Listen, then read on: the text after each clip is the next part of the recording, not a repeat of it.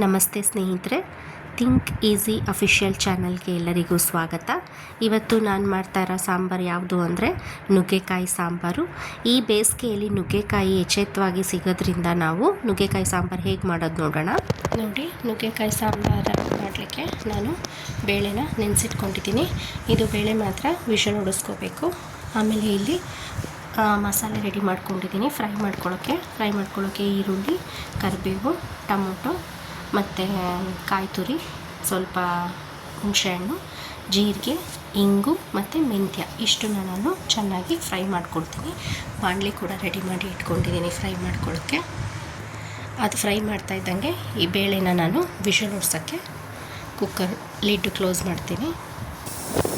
ನೋಡಿ ಸ್ನೇಹಿತರೆ, ಇದನ್ನೆಲ್ಲ ನಾನು ಚೆನ್ನಾಗಿ ಫ್ರೈ ಮಾಡಿಕೊಂಡೆ.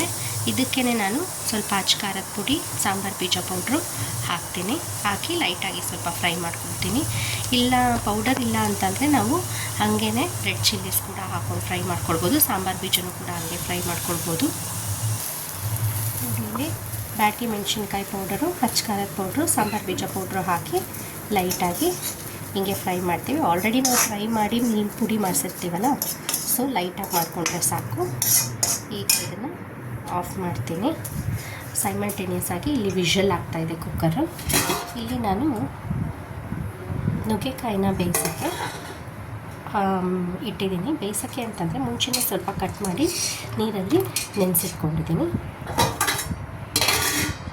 ನುಗ್ಗೆಕಾಯಿ ಏನು ನೆನೆಸಿಟ್ಕೊಂಡಿದ್ನೋ ಅದು ಸ್ಟವ್ ಮೇಲೆ ಇಟ್ಟು ಬಾಯ್ಲ್ ಮಾಡೋಕ್ಕೆ ಬಿಟ್ಟಿದ್ದೀನಿ. ಕುಕ್ಕರಲ್ಲೇ ಹಾಕ್ಬೋದು, ಬಟ್ ಕುಕ್ಕರಲ್ಲಿ ಹಾಕಿದ್ರೆ ಎಲ್ಲ ಒಡೆದೋಗುತ್ತೆ, ಬೇಗ ಬೆಂದೋಗಿಬಿಡುತ್ತೆ. ಅದಕ್ಕೆ ಪಾತ್ರೆಯಲ್ಲಿ ಬೇಯಿಸೋಕ್ಕಿಟ್ಟಿದ್ದೀನಿ. ಈ ಮಸಾಲೆ ಕೂಲ್ ಆಗ್ತಿದ್ದಂಗೆ ಮಿಕ್ಸಿ ಮಾಡ್ಕೊಳ್ತೀನಿ. ಮಿಕ್ಸಿ ಮಾಡಿ ಏನು ಇದು ಬೇಯಿಸೋಕ್ಕಿಟ್ಟಿದ್ದೀನೋ ಅದ್ರ ಜೊತೆಗೆ ಬೇಳೆನೂ ಹಾಕಿ ಮಸಾಲೆನೂ ಹಾಕಿ ಕುದಿದ್ರೆ ನಮ್ಮ ನುಗ್ಗೆಕಾಯಿ ಸಾಂಬಾರು ರೆಡಿ ಆಗುತ್ತೆ. ಈಗ ಇಲ್ಲಿ ಬೇಳೆ ಬೆಂದಿದೆ ನಮಗೆ. ಇನ್ನೂ ಸ್ಮ್ಯಾಶ್ ಆದರೂ ಓಕೆ, ಬಟ್ ಇಲ್ಲ ಸ್ವಲ್ಪ ಸ್ಮ್ಯಾಶ್ ಆಗಿಲ್ಲ, ನಾನು ಬೇಗ ತೆಗೆದೆ.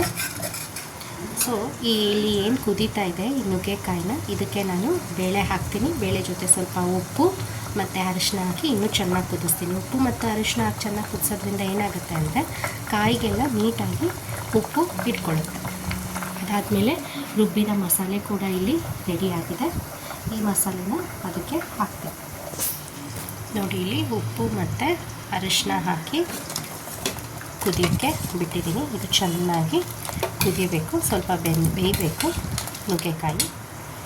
ಇಲ್ಲಿ ಸಾಂಬಾರು ಕುದೀತಾ ಇದೆ. ಸೊ ಪಕ್ಕ ನಾನು ಒಗ್ಗರಣೆಗೆ ರೆಡಿ ಮಾಡ್ಕೊಂಡಿದ್ದೀನಿ. ಒಗ್ಗರಣೆಗೆ ಸ್ವಲ್ಪ ಕೊಕೊನೆಟ್ ಆಯಿಲ್ ಹಾಕ್ಕೊಂಡು, ಸಾಸಿವೆ ಹಾಕ್ಕೊಂಡು, ಕರಿಬೇವು ಹಾಕಿ ಸಾರಿಗೆ ಒಗ್ಗರಣೆನ ಹಾಕ್ತೀನಿ. ಆಮೇಲೆ ನಮಗೆ ರೆಡಿ ಮಾಡಿರೋ ಸಾರು ನಾನೇನು ಒಗ್ಗರಣೆ ಹಾಕಿದ್ನೋ ಅದು ಇದಕ್ಕೆ ಹಾಕಿದೆ. ಸೊ ಇವಾಗ ನುಗ್ಗೆಕಾಯಿ ಸಾಂಬಾರು ರೆಡಿ ಆಗಿದೆ. ಸೊ ಈ ಸಾಂಬಾರು ನಿಮಗೆ ಇಷ್ಟವಾದಲ್ಲಿ ನಮ್ಮ ಚಾನಲನ್ನು ಸಬ್ಸ್ಕ್ರೈಬ್ ಮಾಡಿ, ಲೈಕ್ ಮಾಡಿ ಮತ್ತು ಶೇರ್ ಮಾಡಿ ಹಾಗೂ ಕಮೆಂಟ್ ಮಾಡೋದು ಮರಿಬೇಡಿ. ಧನ್ಯವಾದಗಳು.